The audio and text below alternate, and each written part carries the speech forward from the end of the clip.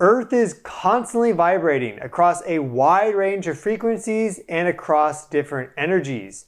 Now, some of these well-known energetic vibrations are the Schumann resonances. They occur in the light spectrum, but there's also something known as Earth's hum.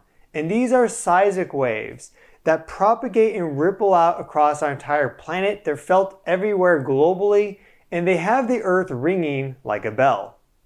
Earth's atmosphere creates extremely low frequency sound vibrations across the planet. Of course, earthquakes also induce vibrations directly in the lithosphere, but it is the ocean that is the source of Earth's naturally resonant seismic waves. So these are the sound energies that naturally resonate with our planet. There's an energy conservation aspect to them. They're known as microseisms and also Earth's hum. And they occupy different parts of the seismic frequency spectrum. Microseisms are in that 0.05 to 0.5 hertz range. Earth's hum is even lower frequency than that. It has period lengths of 1 to 6 minutes. So in this video, we will learn about microseisms and learn about Earth's hum and how they're not generated by earthquakes, but indeed they are generated by our oceans and wave-to-wave interactions. These seismic energies have frequencies lower than 0.5 hertz, and they are observable everywhere, even far away from the oceans, deep into continental interiors. So these are frequencies even lower frequency than our heart rate, which is 1 to 1.2 hertz. In addition to microseisms and Earth's hum, there's also other things that generate frequencies in this part of the seismic spectrum. So here we have our frequency list. We see primary microseisms have a frequency range of about 0.05 to 0.07 hertz. Secondary microseisms, which are stronger, have a frequency range of 0.1 to 0.3 hertz, though there's a little bit of wiggle room there. And then Earth's hum is quite a bit lower in frequency. It's also quite a bit weaker, but it is a noticeable peak in the seismic spectrum. This is from 0.003 to 0.015 hertz, so that's 3 to 15 millihertz. So very, very low frequency, very long period lengths. Then you have tropical cyclones in the ocean. This can generate seismic noise from 0.15 to 0.25 hertz. Stormquakes are interesting. They can generate extremely low frequency seismic noise. You can see the frequency there, 0.02 to 0.05. Weather bombs, similar, 0.01 to 0.02. Then you have wind ocean waves, and this is the highest frequency part of this entire spectrum here. They can be quite high frequency, going from 0.3 to 2, and it's at 1 hertz that you start to get anthropogenic sources come in, like from traffic and industry and just in general human activities. You can start to notice that in the seismic spectrum at 1 hertz and beyond. So we get a little bit of an overlap between human-generated seismic activity and also the ocean wind interactions. Tornadoes, they generate very limited seismic signals near the actual tornado spout. That is measured at 0.01 to 0.03 hertz. And then a tropical cyclone on land has slightly different frequency characteristics than it does in the ocean. This is 0.01 to 0.03 hertz, once more, just like tornadoes. And then there's pressure loading deformation on land and the sea floor. And this generates seismic noise in the 0.01 to 0.05 hertz range. Here's our seismic spectrum from 0.001 hertz on the left to 1 hertz on the right.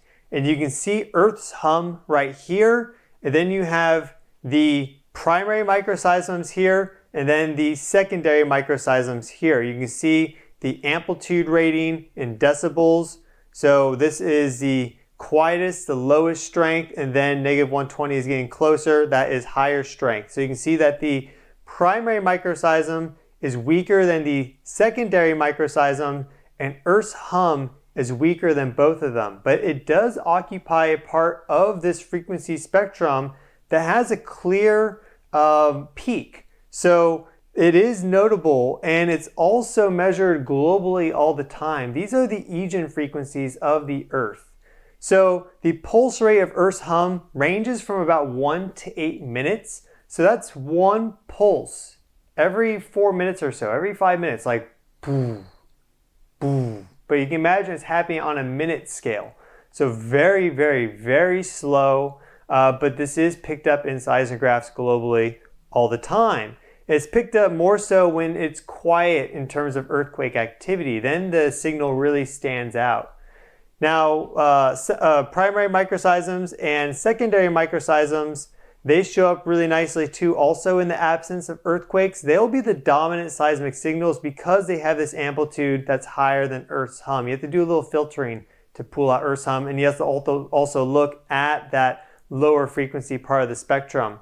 But they are both generated and created by ocean waves. So it is the ocean that generates Earth's naturally resonant seismic waves. Microseisms are stronger than Earth's hum, and they are also observed globally. So it's worth learning about microseisms, and it also will help us better understand how Earth's hum is generated. So there's two types. You have primary microseisms, you have secondary microseisms, generated in similar ways, and there is a relationship between them. So here we have primary microseisms, and you have these ocean waves coming into shore. So of course, if you go far out to the oceans, it's very, very deep. But as you get closer to the continent, the continental shelf rises up. And so when the depth is less than 200 meters, you have a coupling of this wave energy down into the lithosphere, into the crust, and this horizontal energy will propagate out, these surface waves. So you have, let's say, these ocean waves with a frequency of 0.05 hertz. Well, you will induce seismic vibrations of the same frequency, 0.05 hertz, that then radiates outwards. So primary microseisms are caused by a coupling of ocean energy to the sea floor, and this radiates out as it approaches shallow water. Now, the relationship between primary and secondary is that if the amplitude of a primary microseism is A, then the amplitude of the secondary microseisms is A squared. So they're proportional to each other, especially near the coastlines. And this means that secondary microseisms are quite a bit stronger than primary microseisms. We'll look at that spectrum in depth in just a little bit, some of the variations. Now, seismic or secondary microseisms occur when ocean waves of the same frequency traveling in opposite directions meet. And so they're going like this. You can see this here. And what happens is you get constructive interference. You'll notice that the waves here are tiny, and they're also tiny in their height there. But when they meet up, they will constructively build together, creating a taller wave. It'll be twice the height, for example, with no friction on the system. And this induces a lot of motion within the top layer of the ocean. This generates acoustic waves which go down, and then that creates seismic energy and seismic waves that travel up. So for secondary microseisms, this can be generated further out. They're often generated by large tropical cyclones, hurricanes, storms, things of that nature, where you get this low pressure system. And it doesn't require that the seafloor is only 200, 100 meters down or so. So when these waves meet, they create a pressure wave underneath them, a pressure standing wave, which is able to penetrate through the water column and really go down as deep as necessary without any attenuation. And that induces these subtle vibrations that go out. So the secondary microseisms have a frequency that's double what this individual wave frequency is. So if this wave frequency is 0.2 and then the other wave in the opposite direction is 0.2 hertz, the secondary microseism will be 0.4 hertz. So that's why they have a frequency that's a little higher in the spectrum, and they're quite a bit stronger because it's this constructive interference of waves that generates these secondary microseisms. And because they're generated further out, they're observed quite basically everywhere, like all over the globe. I mean, they're going to be stronger near the coastlines, where you also get primary microseisms being generated. But because they're generated far out in the oceans are very large, these can be measured all the way deep into the continent. So even though this is created by ocean energy and waves, this oceanic influence is felt everywhere across the planet. To add some more depth to microseisms, there is variability with them across the seasons between the northern and southern hemisphere. So here we have some data from 2008 starting January 1st. I'm going to click play on this in just a second. Here you'll see wind speed. Here you see wave height. Here you have the source power of these microseisms. And then you have that source power put into a log scale. So these two right here are showing the microseisms. And then up top, we see basically storm activity. And during the winter months for the northern hemisphere, you have stronger storms. See, the colors here are stronger, and there's more of them than you have in the southern hemisphere. But when I click play, watch how this will shift over, and down in the summer months, it's actually the southern hemisphere that has stronger microseisms. So we can watch this. We see that these storms are rippling across the northern Pacific, also the northern Atlantic into the Arctic Ocean. Now it's February, and we see that some of the storm activity in the southern hemisphere is strengthening. The microseisms down below are becoming more frequent. They're strengthening. And eventually there's an inversion starting around June, July. Right now during the equinox period that we're seeing here, they're about even. So you have even microseism energy across the planet during the equinoxes, but then as it shifts towards the summer months, June, July, that is actually winter for the southern hemisphere. And so they start to have more storms. You can see that now reflected in the top, but you also see that reflected in the microseism data down below. So there's this back and forth between the northern hemisphere and the southern hemisphere in terms of seismic energy. This naturally resonant seismic energy that's always pulsing. And so there's a question as to whether this connects to any of our body resonances. Well, the primary microseism actually lines up really nicely with blood pressure waves. And then the secondary microseisms are getting close to heart rate, but they're exactly not at heart rate. They're lower frequency, but they do align nicely with breathing frequencies. So there is some interesting connections there between these resonances of the planet and also our own body resonances that we use to maintain our life and our biorhythms. So here we see that shifting back to the northern hemisphere, microseisms are strengthening up there again, and the southern hemisphere is weakening once more in terms of storm activity and in terms of microseism generation. So very, very interesting data. You can look at this across multiple years, not just 2008, but we see the same story play out year by year, though there's some seasonal variability, of course. Here we have seismic power spectral density plots for California and Northeast Australia. Again, here is our larger frequency range showing the secondary, primary, and also the seismic hum. And so you'll notice a few things. First is that California has its strongest peak amplitudes in the winter. So northern hemisphere, January there, black line, whereas for Northeast Australia, red line is July, and that is the peak. You'll also notice that the amplitudes, there's some variation between them.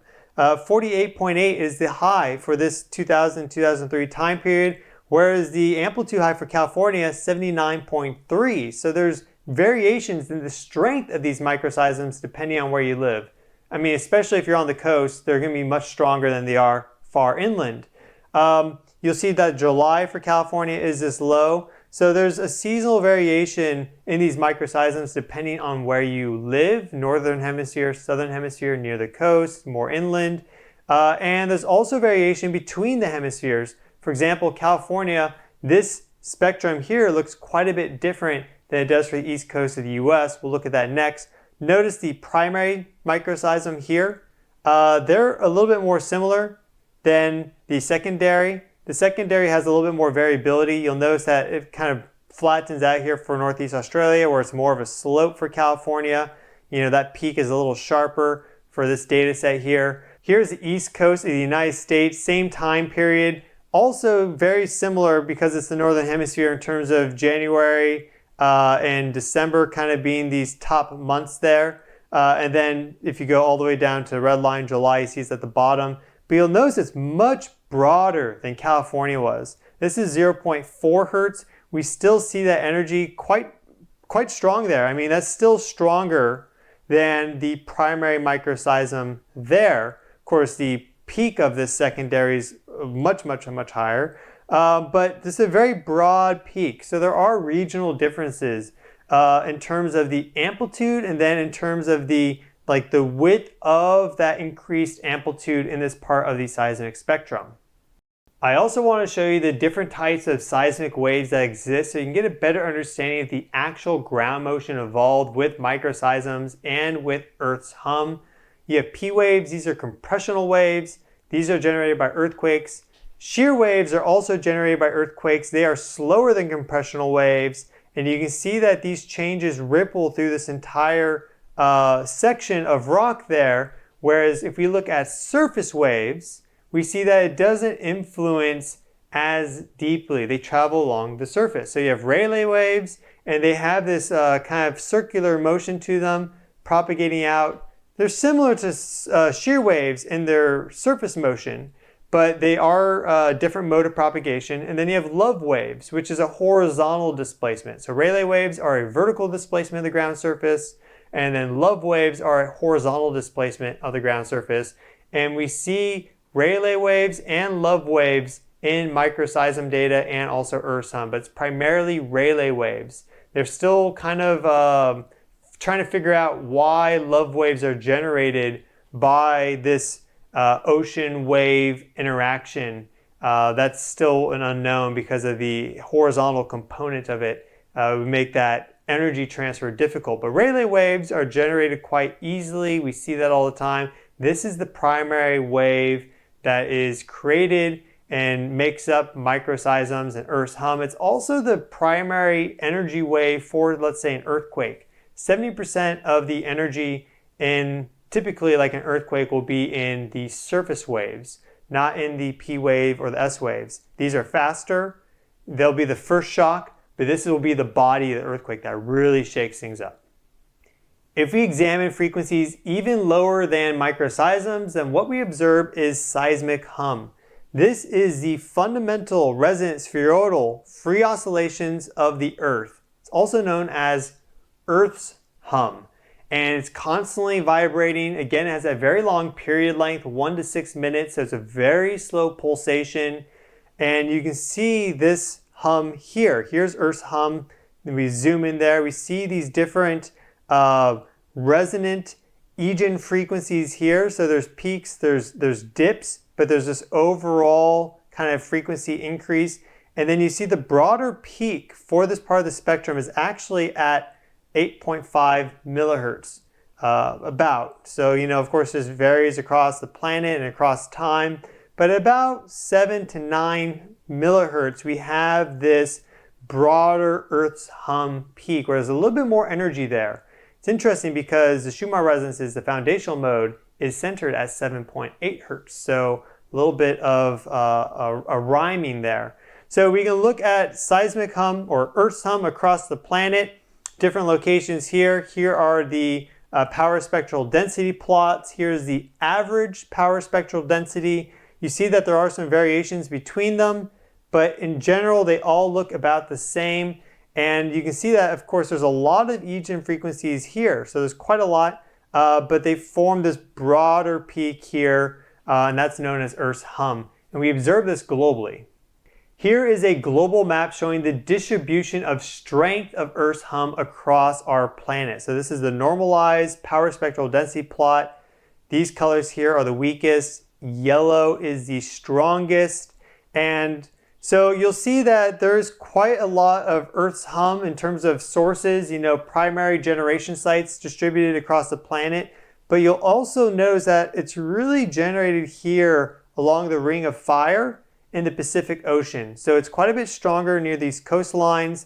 Here's a hot spot there near Alaska, strong subduction zone there. Also near Japan, another area of strong subduction zone activity. But this is not created directly from earthquakes. It's created from ocean wave interactions and infragravity waves that travel along the sea floor and induce these extremely low frequency vibrations in the ocean crust.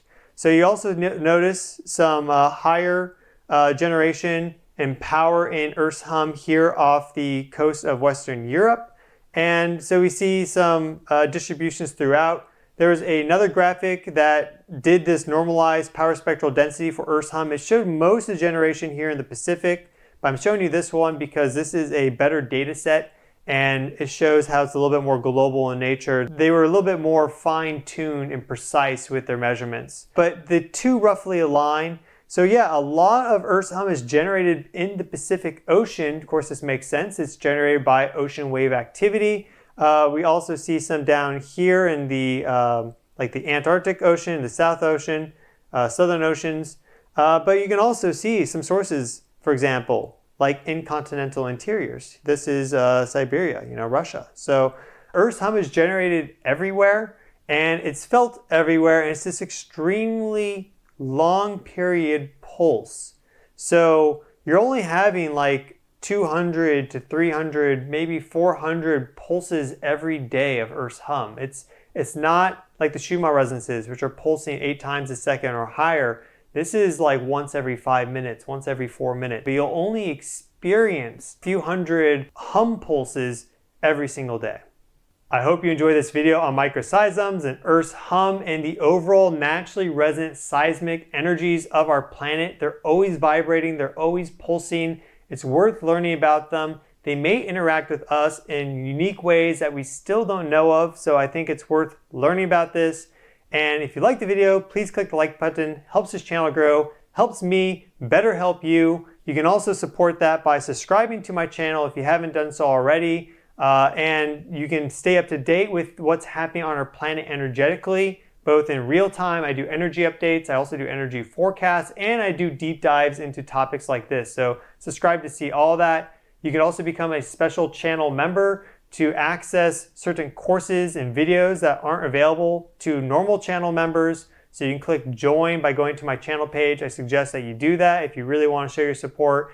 And again, thank you all so much for watching. Wishing you all well. I'll see you all in the next video. Ciao.